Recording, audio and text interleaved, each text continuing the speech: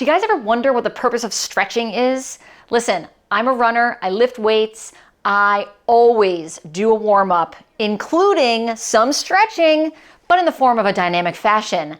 Warm up and cool down before your exercise. It doesn't matter what you're doing. I'm just gonna be heading out for a run and I need to warm up my body because I need to prep it. Prep the nervous system for the movements. I need to prep and mimic the movements that I'm gonna be doing in my workout. So today I'm gonna show you a typical warm-up that I go through before I head on the road. We're gonna go through a couple of exercises just to give you an idea of how to move your body, how to increase mobility, but also be strong on your run.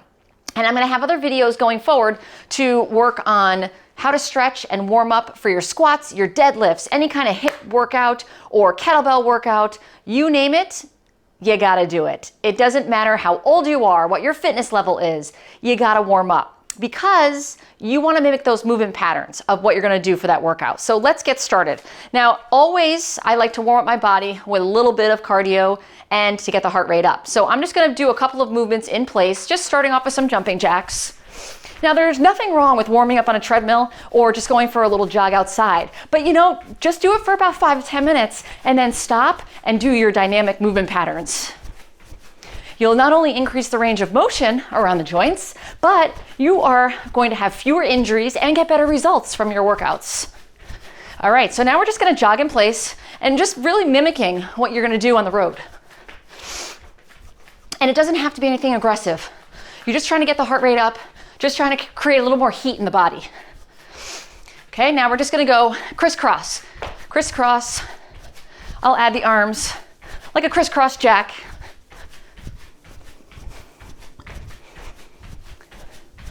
And then we're gonna go forward and back. So quick forward and back. And this also really helps me feel a little more buoyant on the road if I warm up. 5, 4, 3, 2, and 1. All right, so now that our legs are a little warmed up, got the heart rate up, got a little more heat, let's move on to our stretches. So come to the back of your mat, take a couple of big deep breaths in, stretch the arms up, look up, and then bow forward or fold forward. Pausing here, bend and straighten your knees. Now you're not looking for a deep static stretch here. What you're looking to do is to prep the nervous system and prep the body for what's to come. Breathing throughout.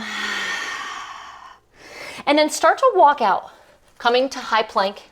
Turn the belly on with your breath, so inhale, and then exhale, pull the belly in and up. If holding high plank is really challenging for you, just come down to your knees, or better yet, bring your arms on a chair or an ottoman and elevate the floor. Tuck the toes under if you're on your knees, and then press your hips to downward facing dog. Let's do some heel drops. So you're gonna alternate stretching out the calves. Now with running, you wanna stretch out the hips, the calves, the spine. You're activating the glutes, and you're activating the core. Now all together, lift the heels and drop. Lift the heels and drop. 2 more, lift and drop, lift and drop. Hold it here. You can back up your hands just a little bit. Really drive your hips to the sky. Keep your knees slightly bent. Breathing in and out. And now come forward to plank and come down to your hands and knees. Keep your hands right underneath your shoulders so that your wrists are stacked right underneath your shoulders. And let's do some hip circles. So you're gonna roll the hips around. Now I'm keeping my upper shoulders pretty still here. And I'm gonna do this about 5 times. And really just opening up the lower back and just creating a lot more movement. Now reverse directions. Breathe, inhale and exhale. And as you come under, tucking the tailbone, draw the belly in and then stretch the belly out, keeping your gaze forward and down. Last one here. And you can just go back and forth in each direction. Now you're gonna work the upper back, going through cat-cow. Lift the gaze, drop the belly to the mat, and then tuck the tailbone under, drop the chin, pull the belly in. Again, inhale, drop the belly, lift the gaze. And then exhale, pull the belly in as if you're doing a little mini crunch. pull, round the spine. One more time here. Inhale. And I'll usually go through each position about 3 to 5 times. And just one round. You're not looking to do a whole half hour. I mean, you could if you wanted to, but you want to save a little bit of that time for your run too. Okay, coming back to a neutral spine, you're going to open up the hips. So you're going to raise your right knee out to the side and then circle it around, bring it down, and then take it up and out. Now here, you don't want a lot of shifting and moving in your hips. So you're really just working those lateral rotators and the muscles along the side and the hip. And you will activate the glutes. And switch directions. Notice how my circle is not super big. If I make it too big, then my hips start to move and shift, and I don't want that. One more. Good, and then switch sides, just coming up and around. Breathing throughout, and then switch directions.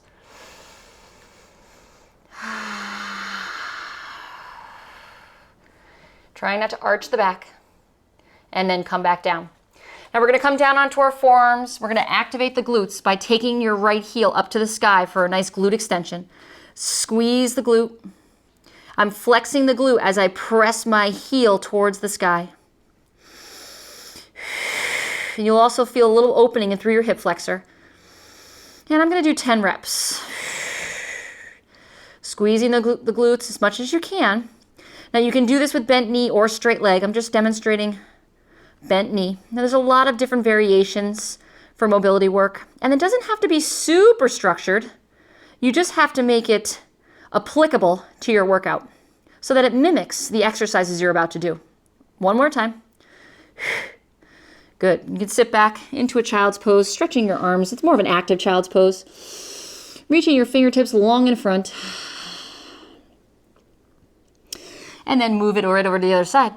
Pressing your left heel up towards the sky, and then come down halfway, and then press for 2, 3, 4, 5, 6, 7, 8, 9, one more, and 10.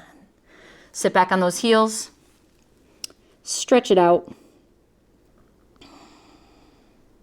And then slowly come back to table. And let's do the T-spine. So let's just open up the spinal column a little bit, bringing your right hand behind your head, and then take your right elbow down towards your left thumb. And then take it back up, look under, and then take it back. And then look under, and take it back down. One more time. Up, and down. And then bring it back to neutral, switching sides. Left hand becomes behind the head, reach that left elbow to the right thumb, and up, just about 5 times. 2, and 3, and 4, good, one more, and 5. Placing that left hand back down, tuck your toes under, and just hold here for a second. And let's sit back. You can bring your feet a little bit closer together and sit back on your heels. We're just stretching out the tops of the foot and the toes. Sometimes my feet get a little crampy right when I'm going out for a run. So doing this stretch will stretch out my, not only the arch, but also my toes, and it'll get a little bit into the Achilles as well.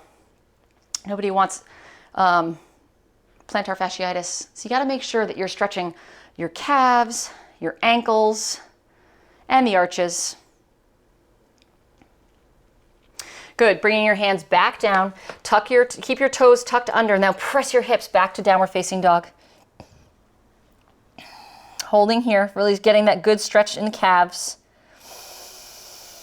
And now come forward to high plank. Now let's take your right foot to the right pinky and then drop your back knee down. Come all the way up onto the top of the thigh. And you're just going to sit back on your heel and then come forward. Sit back and come forward. One more, sit back and then come forward. Placing the hands down, tuck the back toe under, step back and switch sides. Dropping that back knee towards the mat. First come up, stretch out the hip flexor. Give that a nice Good stretch, just to the point of tension. You never want to overstretch. You just go to the point of tension, hold it briefly because we're just warming up here. And then come forward, and then sit back, and forward. One more time. Sit back, and forward. Good. Okay, now turn over onto your back. And we're going to activate the glutes a little bit more, similar to what we did when we activated the glutes with the flexion and the extension of the hip flexor. Taking your hands, put them on your hips, and then press into your hands as you push your hips up to the sky. Feel that gentle squeeze in the front, but you'll also feel the hip flexors get a little bit more range of motion. Come halfway down and press. Halfway down and press. You can bring your arms up if you want. Halfway down, press. Let's go 5 more. 5, 4, 3, 2, and 1. Gentle squeeze. Bring your feet slightly in. Extend your right leg out and go down and up 5 times. 5, 4, 3, 2, and 1. Place that right foot down. Extend out through the left side. Down and up. 1, 2, 3, 4, 5. You might not get a lot of range of motion when you do single leg. Just go as high as you can. And then place your hips down. Bring your knees into your chest. Just give them a nice squeeze. Now place your feet down. Cross your right ankle over your left thigh. Now you can stay here, or you can bring your left leg up into tabletop and then reach behind the left leg, pushing the right knee away. And just feeling that stretch. Now let it release, and then pull in again. Let it release, and pull it in. And then relax. Switch over to the other side. Again, you could keep your right foot on the floor or bring it to tabletop, wherever your fitness level lies today. Bring your right knee into your chest, and then release. Right knee in, and release. One more time. Right knee in, and release. Uncross your leg, bring it in, and gently rock yourself up. Coming all the way up, and let's take it to a lateral side lunge. So coming onto all fours, take your left leg out and bring it into this side lunge position. Keeping your hands on the ground, sit your hips back towards your heel, your back toes are tucked under, and then come forward. Sit your hips back and come forward. One more time. Sit them back and then come forward. Really good stretch for the groin. Switch it over to the other side. Now you really can do anywhere from one set of 5 to 10, 15 repetitions, depending on your time. And if you wanted to repeat this routine, you can always do more than one set during your cool down. One more time. And then bring your leg back to tabletop.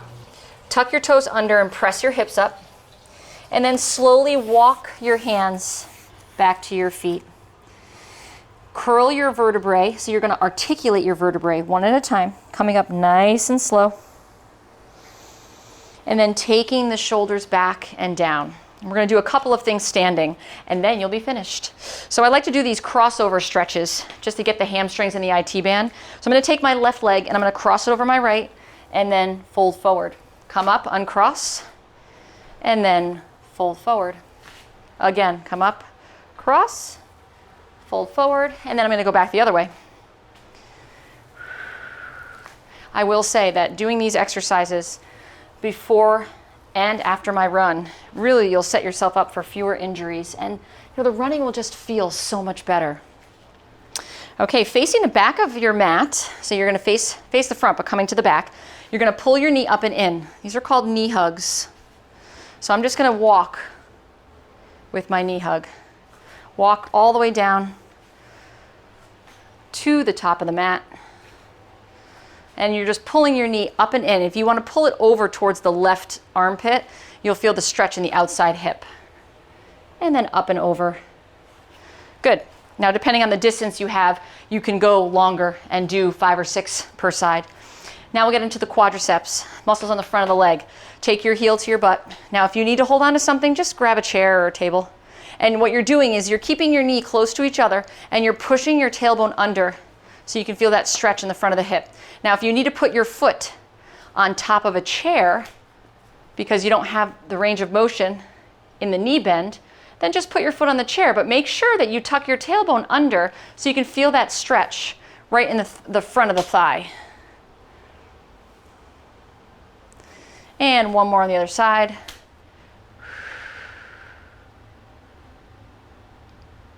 And relax. So the last one I'm going to show you, these are hip swings. So what I'm going to do is just come up and over and up and over. So it's similar to you taking your leg up and over a hurdle. So I'm going both directions. Now my hips are turning a little bit. So you want to make sure that they don't turn a ton. I mean, you will naturally have a turnout. And last one. Good. Switching sides. Taking it up and over. 2. 1 more. And 3. Awesome. So I hope this was really helpful for you, and I hope you feel like you have a little bit more range of motion. Me, I'm ready to go outside and go for my run. But comment below, I would love to hear your thoughts on how this went for you and how it helped with your running, whether you're just starting out or you're a seasoned athlete. These exercises can really benefit you to have fewer injuries and to set your body up for a really good time on the road or time on the treadmill. So thanks for watching. Please hit subscribe below if you liked this video and if you want to see more content like this, because I can give you some warm-ups for your shoulders, for your back, for your lunges, your squats, your deadlifts, you name it. The world is your oyster. So thanks again for tuning in, and we'll check you later. Have a great day.